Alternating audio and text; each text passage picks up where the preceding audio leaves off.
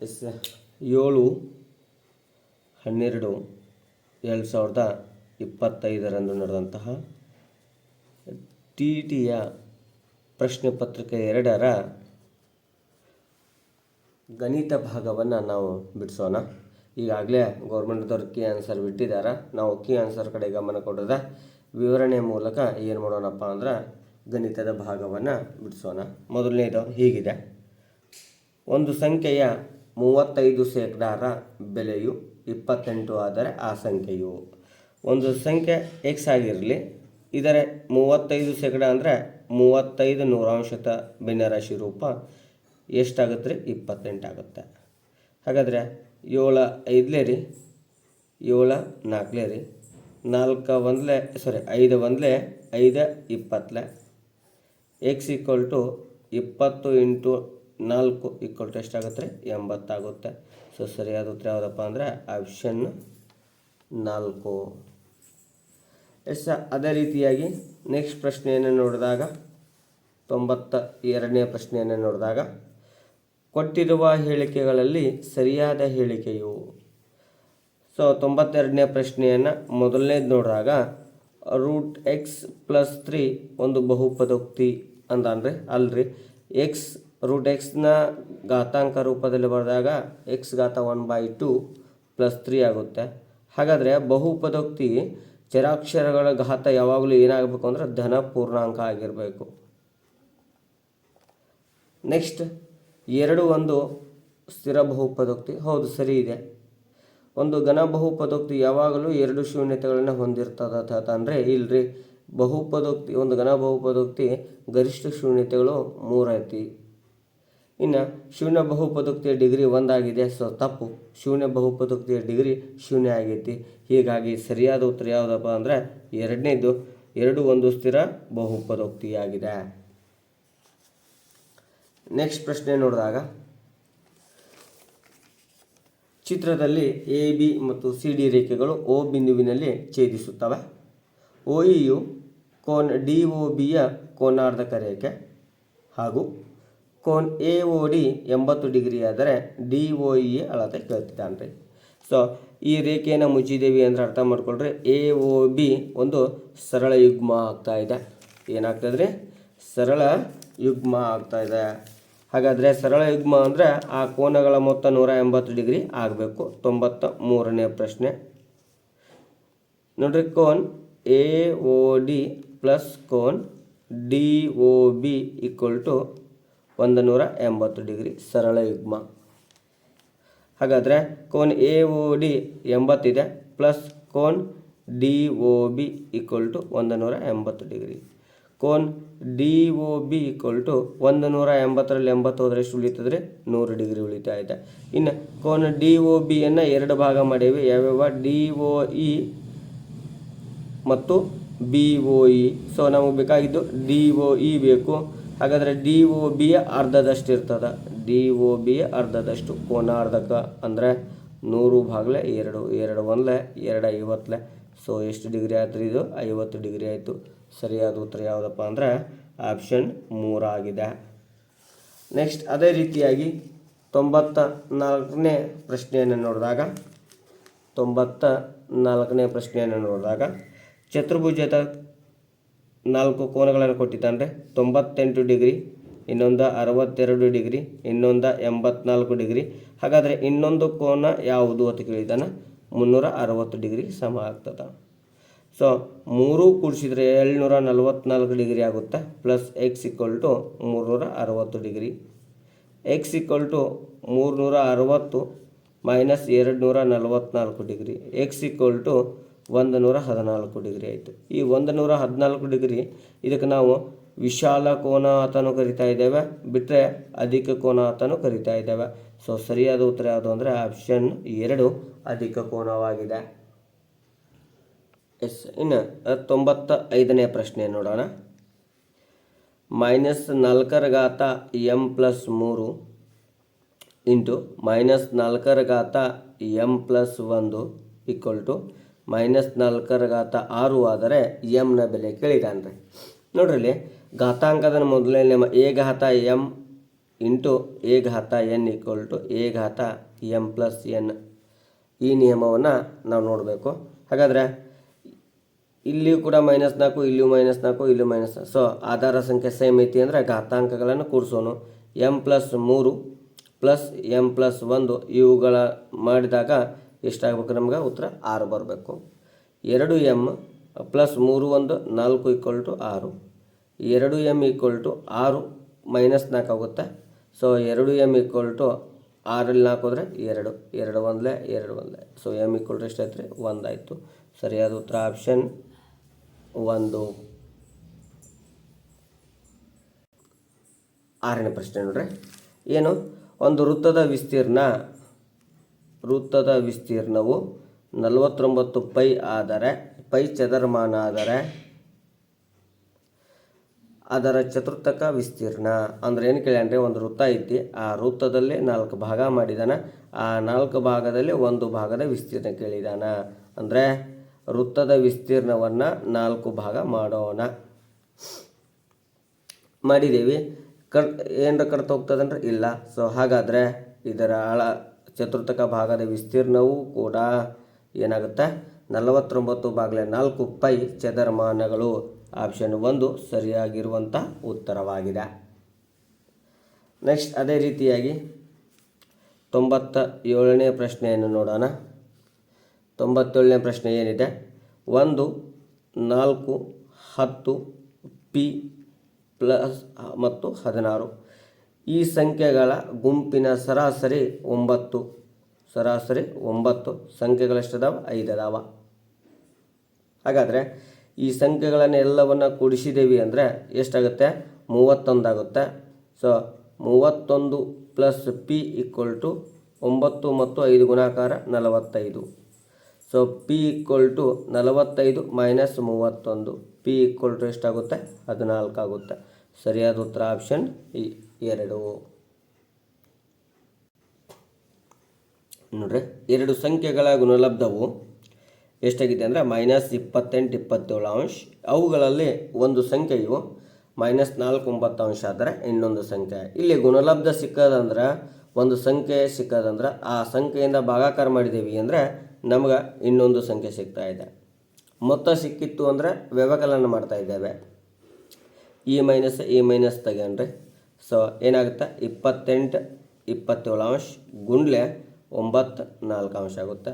4 1 4 7 28, 9 1 9 3 27. So ಎಷ್ಟಾಯ್ತು ರೀ? 7 3 ಆಯಿತು. ಸರಿಯಾದ ಉತ್ತರ ಯಾವುದಪ್ಪ ಅಂದರೆ 7 3. ನೆಕ್ಸ್ಟ್ ಪ್ರಶ್ನೆ, ಪಾದದ ವಿಸ್ತೀರ್ಣ.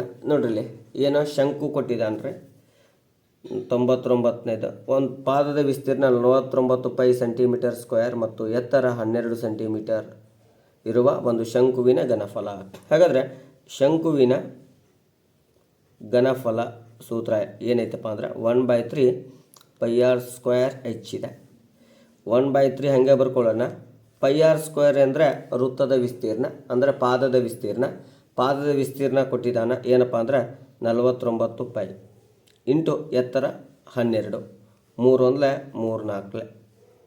ಹಾಗಾದರೆ 49 ಪೈ ಇಂಟು 4, 4 9 36, 3 ಉಳಿತು, 4 4 16 1 19, 196 pi centimetre cube. 196 pi centimetre cube. ಸರಿಯಾದ ಉತ್ತರ ಯಾವುದಪ್ಪ ಅಂದರೆ ಆಪ್ಷನ್ 4. ನೆಕ್ಸ್ಟ್ ಪ್ರಶ್ನೆ, 100ನೇ ಪ್ರಶ್ನೆ. 1:2:3 ಅನುಪಾತದಲ್ಲಿರುವ 3 ಸಂಖ್ಯೆಗಳ ವರ್ಗಗಳ ಮೊತ್ತವು 896ಕ್ಕೆ ಸಮವಾದರೆ ಆ 3 ಸಂಖ್ಯೆಗಳು. ನೋಡ್ರಿ, ಇಲ್ಲಿ ಕೊಟ್ಟಂತಹ ಆಪ್ಷನ್ ತೆಗೆದುಕೊಂಡು ನಾವು ಉತ್ತರವನ್ನು ಬಿಡಿಸ್ಬೋದು. ಏನಪ್ಪ ಅಂದರೆ 8ರ ವರ್ಗ 64, 16ರ ವರ್ಗ 256, 24ರ ವರ್ಗ 576. ಸೊ ಎಲ್ಲವನ್ನು ಕೂಡಿಸಿದಾಗ 896 ಆಗುತ್ತೆ. ಹೀಗಾಗಿ ಸರಿಯಾದ ಉತ್ತರ ಯಾವುದಪ್ಪ ಅಂದರೆ ಆಪ್ಷನ್ 1. ನೀವು 64ರ ವರ್ಗ ತೊಗೊಂಡ್ರಿ ಅಂದ್ರೆ 896 ಮೇಲೆ ಹೋಗಿಬಿಡ್ತದೆ. 32 ವರ್ಗ ತೊಗೊಂಡ್ರು ಅಂದರೂ 890 ಮೇಲೇ ಹೋಗ್ತದೆ. ಅದೇ ರೀತಿ 64. ಸೊ ಹೀಗಾಗಿ 3 ಆಪ್ಷನ್ ತಪ್ಪಾಗುತ್ತೆ, 1ನೇದು ಸರಿಯಾಗುತ್ತಾ. ಎಸ್ 101ನೇ ಪ್ರಶ್ನೆ. ಒಂದು ಬಿಂದು ಕೊಟ್ಟಿದ್ದಾನೆ A-A ಮತ್ತು ಮೂಲ ಬಿಂದು ಅಂದರೆ 0,0. ಇವುಗಳ ನಡುವಿನ ದೂರ ಸೂತ್ರ ಗೊತ್ತಿರಬೇಕು ನಮಗೆ. D = x² + y². ಸೊ ಮೂಲ ಬಿಂದು ಅಂದರೆ 0 ಬಿಟ್ಬಿಡೋಣ್ರಿ. ಇಲ್ಲಿ x² ಅಂದರೆ -a² ಪ್ಲಸ್ y² ಅಂದರೆ a². -a² ವರ್ಗ ಪ್ಲಸ್ a² ಆಗುತ್ತಾ, ಇದು ಪ್ಲಸ್ a². ಸೊ ಎಷ್ಟು ಅದಾವೆ ಇಲ್ಲಿ? 2 a² ಅದಾವೆ ರೀ. a² ವರ್ಗಮೂಲ a, √2 ವರ್ಗಮೂಲ ಗೊತ್ತಿಲ್ಲ. ಹಾಗಾದರೆ a × √2 ಮಾನಗಳು. ಸರಿಯಾದ ಉತ್ತರ ಆಪ್ಷನ್ 4. ನೆಕ್ಸ್ಟ್ ನೋಡ್ರಿ 102ನೇ ಪ್ರಶ್ನೆ. 7ರ 2 ಕ್ರಮಾನುಗತ ಗುಣಕಗಳ ವರ್ಗಗಳ ಮೊತ್ತ 637 ಆದರೆ ಆ ಸಂಖ್ಯೆಗಳು. ಮೊದಲನೇ ತಗೊಳ್ಳ್ರೆ 7ರ ವರ್ಗ 49, ಆಮೇಲೆ 14ರ ವರ್ಗ 196. ಇವುಗಳ ಮೊತ್ತ 637 ಆಗೋದಿಲ್ಲ, ಇದು ತಪ್ಪು. ಇನ್ನು 14ರ ವರ್ಗ 196, 21ರ ವರ್ಗ 441. ಸೊ ಇದು 637 ಆಗುತ್ತೆ. ಹೀಗಾದರೆ ಸರಿಯಾದ ಉತ್ತರ ಯಾವುದಂದರೆ ಆಪ್ಷನ್ 2. ನೆಕ್ಸ್ಟ್ ಪ್ರಶ್ನೆಗೆ ಹೋಗೋಣ. ನೆಕ್ಸ್ಟ್ ಪ್ರಶ್ನೆ ಏನಿದೆ? 40 ವಿದ್ಯುತ್ ಬಲ್ಬ್ಗಳಿರುವ ಬಾಕ್ಸ್ನಲ್ಲಿ 20% ಬಲ್ಬ್ಗಳು ದೋಷಪೂರಿತವಾಗಿವೆ. ಅದರಿಂದ ಉತ್ತಮವಾದ ಬಲ್ಬ್ಗಳನ್ನು ಪಡೆಯುವ ಸಂಭವನೀಯತೆ. ನೋಡ್ರಿ ಇಲ್ಲಿ ಸರಿಯಾದ ಉತ್ತರವನ್ನು ಹಾಕೋಣ. ಎಷ್ಟಪ್ಪ ಅಂದರೆ 4/5. ಹಾಗಾದ್ರೆ ಹೇಗಾಗುತ್ತೆ ಅಂದರೆ ನೋಡ್ರಿ 103ನೇ ಪ್ರಶ್ನೆ ಅಲ್ರಿ. 100ಕ್ಕೆ 20% ಬಲ್ಬ್ಗಳು ಏನಾಗಿದ್ದಾವೆ? ಹಾಳಾಗಿದ್ದಾವೆ. 20% ಹಾಳಾಗ್ಯಾವ ಅಂದರೆ ಭಿನ್ನರಾಶಿ ರೂಪ 20 ಹಾಗಾದರೆ ಬಲ್ಬ್ಗಳು ಎಷ್ಟು ಅದಾವೆ ರೀ? 40 ಅದಾವೆ. E0 E0 E0 E0. So 8 ಬಲ್ಬ್ಗಳು ಏನದಾವ ಅಂದ್ರೆ ದೋಷಪೂರಿತ. 40ರಲ್ಲಿ 8 ಬಲ್ಬ್ ದೋಷಪೂರಿತ ಅಂದರೆ 32 ಉತ್ತಮ. ಹಾಗಾದರೆ ಉತ್ತಮ ಪಡೆಯುವ ಸಂಭವನೀಯತೆಗಳೇನ? ಉತ್ತಮ ಬಲ್ಬ್ಗಳು 32, ಒಟ್ಟು ಬಲ್ಬ್ಗಳು 40. 8 4 ರೀ, 8 5. ಸೊ ಎಷ್ಟಾಗುತ್ತೆ? 4/5 ಆಗುತ್ತೆ. ಸರಿಯಾದ ಉತ್ತರ ಆಪ್ಷನ್ 1. ನೆಕ್ಸ್ಟ್ ಅದೇ ರೀತಿಯಾಗಿ 104ನೇ ಪ್ರಶ್ನೆ ನೋಡೋಣ ರೀ. 8:x = 17:6:72.6. ಇಲ್ಲಿ ಎಕ್ಸ್ನ ಬೆಲೆ ಕೇಳಿದ್ದಾನೆ. ನೋಡ್ರಿ ಏನಪ್ಪ ಅಂದ್ರೆ ಮಧ್ಯಪದಗಳ ಗುಣಾಕಾರ ಮತ್ತು ಅಂತ್ಯಪದಗಳ ಗುಣಾಕಾರ, ಇದು ಸಮಾನುಪಾತದ ನಿಯಮ. ಹಾಗಾದರೆ x × 17.6 = 8 × 72.6. x = 8 × 72 ಇದ್ದಿದ್ದು 726 ಮಾಡ್ಕೊಂಡೀವಿ ಅಂದ್ರೆ ಇದು 176 ಆಗುತ್ತೆ ರೀ. ಯಾಕಪ್ಪ ಅಂದ್ರೆ ಇಲ್ಲಿ ಒಂದು ಸ್ಥಾನ ಐತಿ, ಇಲ್ಲಿ ಒಂದು ಸ್ಥಾನ ಐತಿ, ಹೋಗಲಾಡಿಸ್ಕೊಂಡ್ಬಿಡೋಣ. 8 1 8 22 22 1 22 3 66, 6 ಉಳಿತ 3 ರೀ, 22 3 66. ಸೊ ಎಷ್ಟು ಬತ್ತು ರೀ? 30. ಸರಿಯಾದ ಉತ್ತರ ಆಪ್ಷನ್ 3. ನೆಕ್ಸ್ಟ್ 105ನೇ ಪ್ರಶ್ನೆ. 105ನೇ ಪ್ರಶ್ನೆಯನ್ನು ನೋಡಿದಾಗ ತ್ರಿಭುಜ ABCಯಲ್ಲಿ AB 3 centimetre, BC 2 centimetre, CA 2.5 centimetre. ತ್ರಿಭುಜ DEF ಸಮರೂಪ ತ್ರಿಭುಜ ABC ಮತ್ತು EF = 4 ಸೆಂಟಿಮೀಟರ್ ಆದರೆ DEFನ ಸುತ್ತಳತೆ ಎಷ್ಟು ಅದಕ್ಕಾಗಿದ್ದಾನೆ. ನೋಡ್ರಿ 2 ತ್ರಿಭುಜ ಹಾಕೋಣ. ಸಮರೂಪ ತ್ರಿಭುಜಗಳು ಅಂತ ಹೇಳಿದಾನೆ. 105ನೇ ಪ್ರಶ್ನೆ ರೀ. ABC DEF ಇಲ್ಲಿ ಟೇಲ್ಸ್ ಪ್ರಮೇಯವನ್ನು ನಾವೇನು ಮಾಡ್ತಾನೆ? ಅಪ್ಲೈ ಮಾಡ್ತಾ ಇದ್ದಾನೆ. ನೋಡ್ರಿ AB 3 ಇದೆ, BC 2 ಇದೆ, AC 2.5 ಇದೆ, ಇನ್ನು EF 4 ಇದೆ. ನೋಡ್ರಿ BC ಮತ್ತು EF ಅನುರೂಪ ಬಾಹುಗಳು ತೆಗೆದುಕೊಂಡ್ರೆ ಇವುಗಳ ಅನುಪಾತ, ಪ್ರತಿ ಬಾಹುಗಳ ಅನುಪಾತನೂ ಸೇಮ್ ಇರಬೇಕು. ಎರಡು ಒಂದಲೇ ಎರಡು ಎರಡಲೆ. ಹಾಗಾದರೆ ಬಿ ಸಿ ಬಾಹುವಿನ 2ರಷ್ಟು ಎಫ್ ಐತಿ ಅಂದರೆ ಎ ಬಿ ಬಾಹುವಿನ 2ರಷ್ಟು ಡಿ ಇ ಇರಬೇಕು. ಹಾಗಾದರೆ 3 2 6. ಎ ಸಿ ಬಾಹುವಿನ 2ರಷ್ಟು ಯಾವುದು ಇರಬೇಕು? ಡಿ ಎಫ್ ಇರಬೇಕು. ಹಾಗಾದರೆ 2.5 ಐತಿ ಅಂದರೆ ಡಿ ಎಫ್ ಎಷ್ಟಾಗುತ್ತೆ? 5 ಆಗುತ್ತೆ. ಹಾಗಾದರೆ 3 ಬಾಹುಗಳನ್ನು ಕೂರಿಸೋಣ. 6 4 5 = 15 ಸೆಂಟಿಮೀಟರ್. ಸರಿಯಾದ ಉತ್ತರ ಆಪ್ಷನ್ 2. ನೆಕ್ಸ್ಟ್ ಪ್ರಶ್ನೆ ನೋಡಿದಾಗ ಯಾವುದಿದೆ? ಒಂದು ಸಂಖ್ಯೆಯ ಘನ ಅದೇ ಸಂಖ್ಯೆಯ ವರ್ಗಗಳ ನಡುವಿನ ವ್ಯತ್ಯಾಸ 100 ಆದರೆ ಆ ಸಂಖ್ಯೆಯು.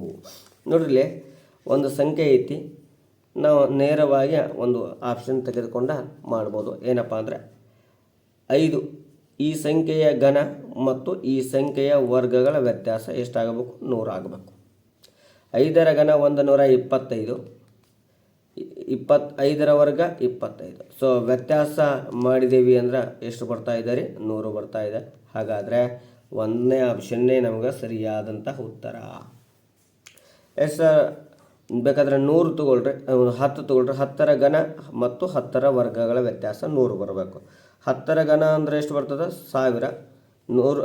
10ರ ವರ್ಗ ಅಂದರೆ 100. ಸೊ ಇವುಗಳ ವ್ಯತ್ಯಾಸ ಎಷ್ಟು ಬರ್ತಂದ್ರೆ 900 ಬತ್ತು. ಸೊ ಆಗಲ್ಲ. ಹೀಗಾಗಿ ಮೊದಲನೇ ಆಪ್ಷನ್ನೇ ಸರಿಯಾಗಿದೆ. ಎಸ್ 107ನೇ ಪ್ರಶ್ನೆ. ಚಂದ್ರನ ವ್ಯಾಸವು ಭೂಮಿಯ ವ್ಯಾಸದ 1/4ರಷ್ಟಿದ್ದರೆ ಅವುಗಳ ಘನಫಲಗಳ ಅನುಪಾತವು. ನೋಡ್ರಿ, ಭೂಮಿಯ ವ್ಯಾಸ ಡಿ ಆದರೆ ಭೂಮಿಯ ತ್ರಿಜ್ಯ 2r ಆಗುತ್ತೆ. ಹೌದಾ? ಡಿ ಯ ಅರ್ಧದಷ್ಟು ಹತ್ರ ತಗೋಬೋದು. ಅದೇ ರೀತಿ ಚಂದ್ರನ ವ್ಯಾಸ ಭೂಮಿಯ ವ್ಯಾಸದ 1/4ರಷ್ಟು ಇರ್ತದೆ. ಹಾಗಾದರೆ ಡಿ ಅಂದರೆ 2r/4. ಏನ್ರಿ ಇದು? ತ್ರಿಜ್ಯ. 2 1 2 2. ಸೊ ಚಂದ್ರನ ತ್ರಿಜ್ಯ 6/2 ಆಯಿತು. ಹಾಗಾದರೆ ಚಂದ್ರನ ಘನಫಲ ಅಥವಾ ಅನುಪಾತ ನೋಡೋಣ ಏನು? ಭೂಮಿಯ ಘನಫಲ. So 4/3 πr³ 4/3 πr³. 4/3π 4/3π ತೆಗೆದು ಬಿಡೋಣ್ರಿ. r³ ಚಂದ್ರನ ತ್ರಿಜ್ಯ 6/2, ಅವುಗಳ ಘಾತ 3. ಭೂಮಿಯ ತ್ರಿಜ್ಯ 2r, ಅವುಗಳ ಘಾತ 3. r³ / 8 ಆಗುತ್ತೆ. 8 r³ ಆಗುತ್ತೆ. ಸೊ ಓರೆ ಗುಣಾಕಾರ r³ 8 8 64 r³. r³ ಒಂದಲೇ r³ ಒಂದಲೇ. ಸೊ 1/64. 1/64. ಸರಿಯಾದ ಉತ್ತರ ಆಪ್ಷನ್ 1. ಅಂದರೆ ವಿವರಣೆ ಮೂಲಕ ಹೋಗ್ತಾ ಇದ್ದೇನೆ. ನೆಕ್ಸ್ಟ್ 108ನೇ ಪ್ರಶ್ನೆ. 108ನೇ ಪ್ರಶ್ನೆ. x = 3 +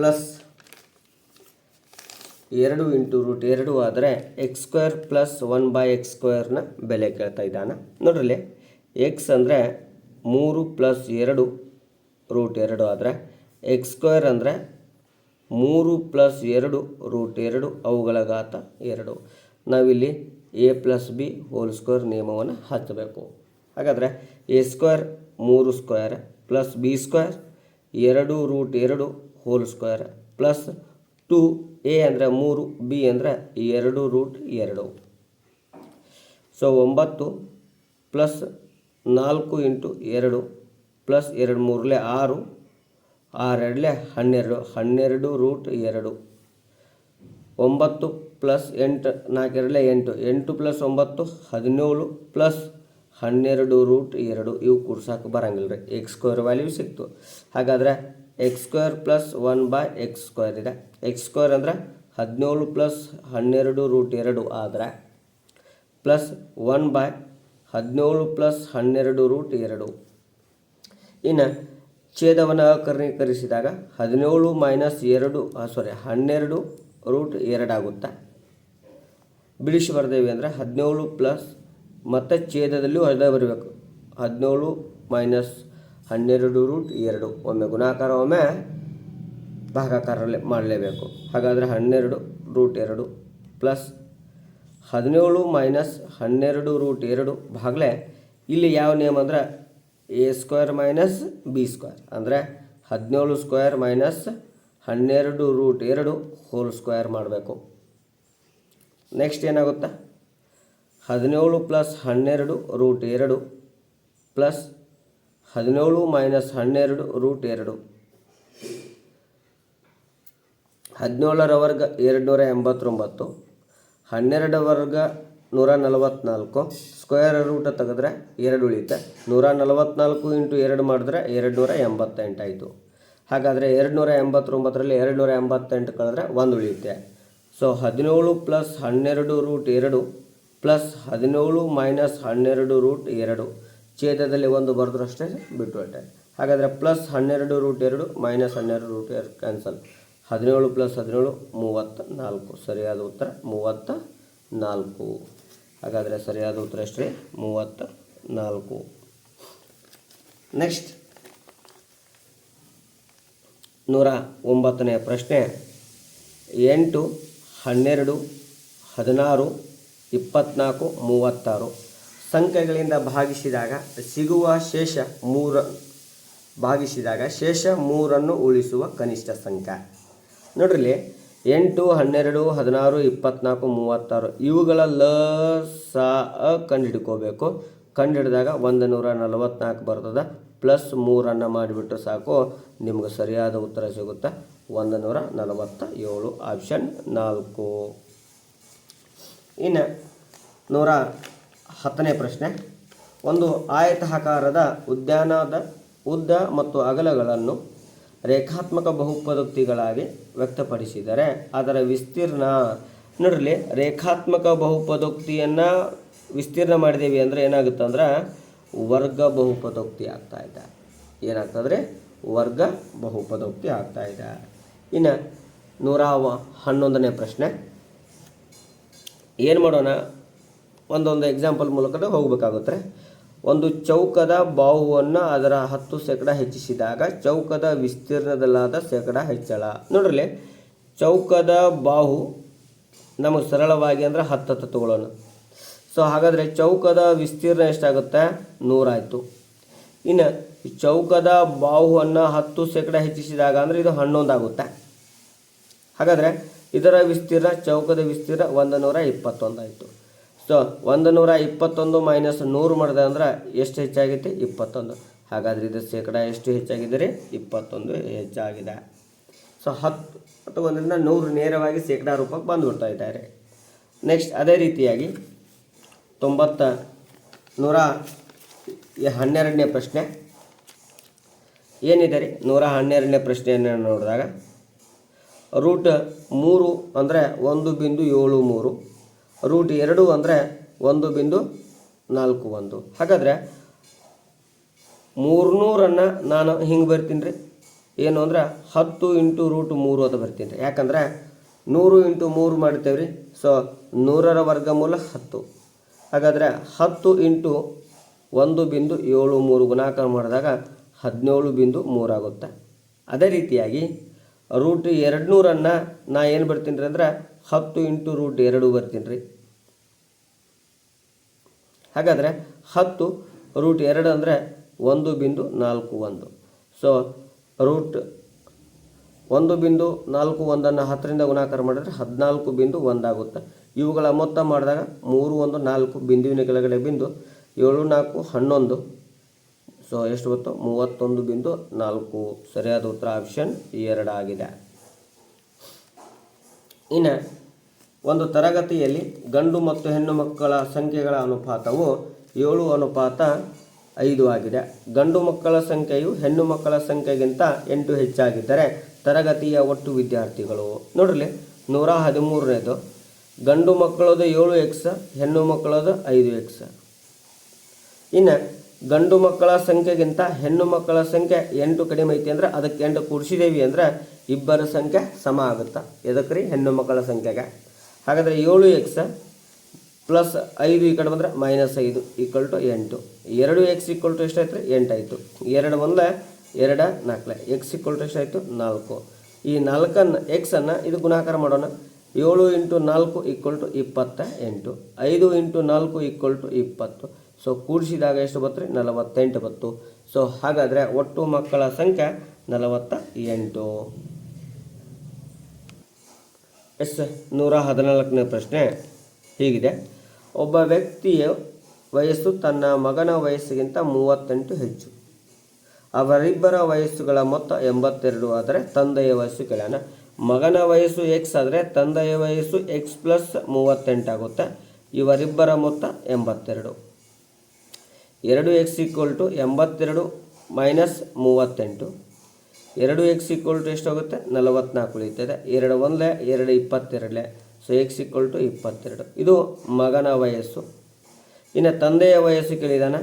22 ಪ್ಲಸ್ 38 ಈಕ್ವಲ್ ಟು 60 ವರ್ಷ.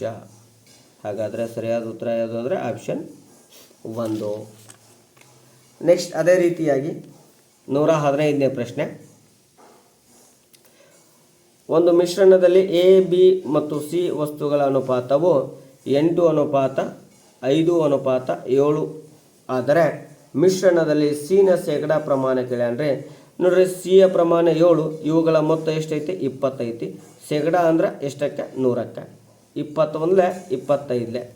ಸೊ 7 × 5 ಮಾಡಿದಾಗ ಎಷ್ಟು ಬರ್ತದೆ? 35 ಶೇಕಡಾ. ಸೊ ಸರಿಯಾದ ಉತ್ತರ ಯಾವುದಪ್ಪ ಅಂದರೆ ಆಪ್ಷನ್ 4 35 ಶೇಕಡಾ. ನೆಕ್ಸ್ಟ್ ಅದೇ ರೀತಿಯಾಗಿ ಸಮೀಕರಿಸುವಿಕೆ ಹೊಸದಾದ ಮಾಹಿತಿಯನ್ನು ಅಳವಡಿಸಿಕೊಳ್ಳುವುದಾಗುತ್ತೆ. ಅಂದರೆ ಸಮೀಕರಣವನ್ನು ಬಿಡಿಸಾಕತ್ತೀವಿ ಅಂದರೆ ಮಾಹಿತಿಗಳನ್ನು ಅಳವಡಿಕೆ ಮಾಡ್ಕೋಬೇಕು. ಎಕ್ಸ್ ವ್ಯಾಲ್ಯೂ ಯಾವುದಾದ್ರೂ ವ್ಯಾಲ್ಯೂವನ್ನು ಹಾಕುವಂಥ ವಿಧಾನ ಆಗಿರ್ಬೋದು. ಅವಕಾಶ ಒದಗಿಸುವಿಕೆ ಅಂದರೆ ಅವಕಾಶವನ್ನು ಮತ್ತೊಮ್ಮೆ ಅವ್ನಿಗೆ ಏನು ಮಾಡಬೇಕು? ಒದಗಿಸಬೇಕು. ಅಂದರೆ ಪ್ರಸ್ತುತ ಸನ್ನಿವೇಶವನ್ನು ಪುನರ್ ರೂಪಿಸುವುದು. ಈಗಿದ್ದಂತಹ ಸಮಸ್ಯೆಯನ್ನು ಮತ್ತೊಂದು ಅದೇ ರೀತಿ ಸಮಸ್ಯೆ ಕೊಟ್ಟು ಆ ವಿದ್ಯಾರ್ಥಿಗೆ ಬಿಡಿಸಲು ಕೊಡುವುದು. ನೆಕ್ಸ್ಟ್ 117 ನೀಲನಕ್ಷೆ. ಹಾಗಾದರೆ ನೀಲನಕ್ಷೆ ನಡೆದೇವಿ ಅಂದರೆ ಅಲ್ಲಿ ಪರೀಕ್ಷೆ ನಡೆದದ. ಹಾಗಾದರೆ ಅಲ್ಲಿ ಕಾರ್ಯಕ್ಷಮತೆ ನಡೀಬೇಕಾಗಿತ್ತು ಅಂದರೆ ನಮಗೇನು ಬೇಕು? ರೂಬಿಕ್ಸ್ ಬೇಕಾಗುತ್ತೆ. ಒಂದೊಂದು ಸಲ ತಾಳೆ ಪಟ್ಟು ಅಥವಾ ವಿಚಾರ ಮಾಡ್ಬೋದು. ಆದರೆ ನೋಡೋಣ, ರೂಬಿಕ್ಸ್ ಸರಿಯಾದಂಥ ಉತ್ತರವನ್ನು ಕೊಟ್ಟಿದ್ದಾನೆ. ನೆಕ್ಸ್ಟ್ ಗಣಿತ ಬೋಧನೆಯ ಗುರಿ ವಿಶಾಲ ಮತ್ತು ಸಮಗ್ರ. ಬೋಧನೆಯ ಗುರಿ ವಿಶಾಲವಾಗೈತಿ ಮತ್ತು ಸಮಗ್ರತೆಯಿಂದ ಕೂಡೈತಿ. ಅಂದರೆ ಗಣಿತ ಬೋಧನೆಯ ಉದ್ದೇಶ ನೇರವಾಗಿರ್ತಾ ಇದೆ. ಇಲ್ಲಿ ದ್ವಂದ್ವ ಅಂತರೂ ಆಗೋದಿಲ್ಲ, ಸಂಕೀರ್ಣ ಅಂತರೂ ಇಲ್ಲವೇ ಇಲ್ಲ. ಹೀಗಾಗಿ ನಾವು ಏನು ಅನ್ಬೋದಪ್ಪ ಅಂದರೆ ನೇರ ಮತ್ತು ನಿರ್ದಿಷ್ಟ ಅಂತೇಳಿ ಕರಿಬೋದು. ಒಬ್ಬ ವಿದ್ಯಾರ್ಥಿಯು 1 + 3 = 4, 1 + 3 + 5 = 9, 1 + 3 + 5 + 7 = 16 ಎಂಬ ವಿನ್ಯಾಸವನ್ನು ಗಮನಿಸಿ ನಂತರ n ಸ್ವಾಭಾವಿಕ ಬೆಸ ಸಂಖ್ಯೆಗಳ ಮೊತ್ತ n² ಎಂದು ತೀರ್ಮಾನಿಸುತ್ತಾನೆ. ಹಾಗಾದರೆ ಇಲ್ಲಿ ಅವ ಏನು ಮಾಡ್ಯಾನಪ್ಪ ಅಂದ್ರೆ ಊಹೆ ಮಾಡಿದಾನ. ಸಂಖ್ಯೆಗಳನ್ನು ಎಣಿಸ್ಯಾನ. ಆ ಸಂಖ್ಯೆಯನ್ನು 2 ಸಲ ಗುಣಾಕಾರ ಮಾಡಿದಾಗ ಮೊತ್ತ ಬರ್ತದೋ ಅಂತೇಳಿ ಏನು ಮಾಡಿದಪ್ಪ ಅಂದ್ರೆ ಊಹೆ ಮಾಡ್ಕೊಂಡಿದ್ದಾನ. ಇಲ್ಲಿ ನಿಗಮನ ಅನುಗಮನ ತಾರ್ಕಿಕತೆ ಅಂದಿದ್ದಪ್ಪ ಅಂದ್ರೆ ಸರಿಯಾದ ಉತ್ತರ ಹಾಕಿತ್ತು. ಇಲ್ಲಿ ತಪ್ಪು ತೀರ್ಮಾನ ಅಂದ್ರೆ ತಪ್ಪು ಆಗಿಲ್ಲ, ಸರಿಯಾಗೈತಿ. ದೃಶ್ಯೀಕರಣ ಅಂದ್ರೆ ತಪ್ಪಾಗುತ್ತೆ. ಇವು ಎರಡರಲ್ಲಿ ಒಂದು ಅನ್ಬೋದು. ಆದರೆ ಊಹೆ ರೂಪಿಸುವಿಕೆ ಯಾಕಪ್ಪ ಅಂದರೆ ಇದು ನಿಗಮನ ಅನುಗಮನ ಆಗಿತ್ತು ಅಂದ್ರೆ ಉತ್ತರ ಅದು ಹಾಕಿತ್ತು. ನೆಕ್ಸ್ಟ್ ದೃಷ್ಟಿ ಸಾಮರ್ಥ್ಯ ಹೊಂದಿರದ ಮಗುವಿನ ಜಾಮಿತಿ ಆಕಾರವನ್ನು ತಿಳುವಳಿಕೆ ಒದಗಿಸಲು ಈ ಕೆಳಕಂಡವುಗಳಲ್ಲಿ ಯಾವುದು ಹೆಚ್ಚು ಸೂಕ್ತವಾದದ್ದು? ನೋಡ್ರಿ, ದೃಷ್ಟಿ ಸಾಮರ್ಥ್ಯ ಹೊಂದಿರದ ಅಂದ್ರೆ ಆ ಮಗುವಿಗೆ ಕಣ್ಣು ಕಾಣಂಗಿಲ್ಲ ಅಂದ್ರೆ ಆ ವಸ್ತುವನ್ನು ಸ್ಪರ್ಶ ಮಾಡಲೇಬೇಕು. ಹಾಗಾದರೆ ಮಗುವು ಆಕಾರವನ್ನು ಸ್ಪರ್ಶದಿಂದ ವಿವರಿಸುವ ಮತ್ತು ಗುರುತಿಸಬಹುದು. ಹೌದು, ಆ ಮಗು ಆ ವಸ್ತುವನ್ನು ಸ್ಪರ್ಶನೆ ಮಾಡಿದಾಗ ಮಾತ್ರ ಆ ಮಗುವಿಗೆ ಅದರ ಆಕಾರ ಅದು ಯಾವುದು ಅಂತ ಗೊತ್ತಾಗ್ತಾ ಇದೆ. ಹೀಗಾಗಿ ಸರಿಯಾದ ಉತ್ತರ 2.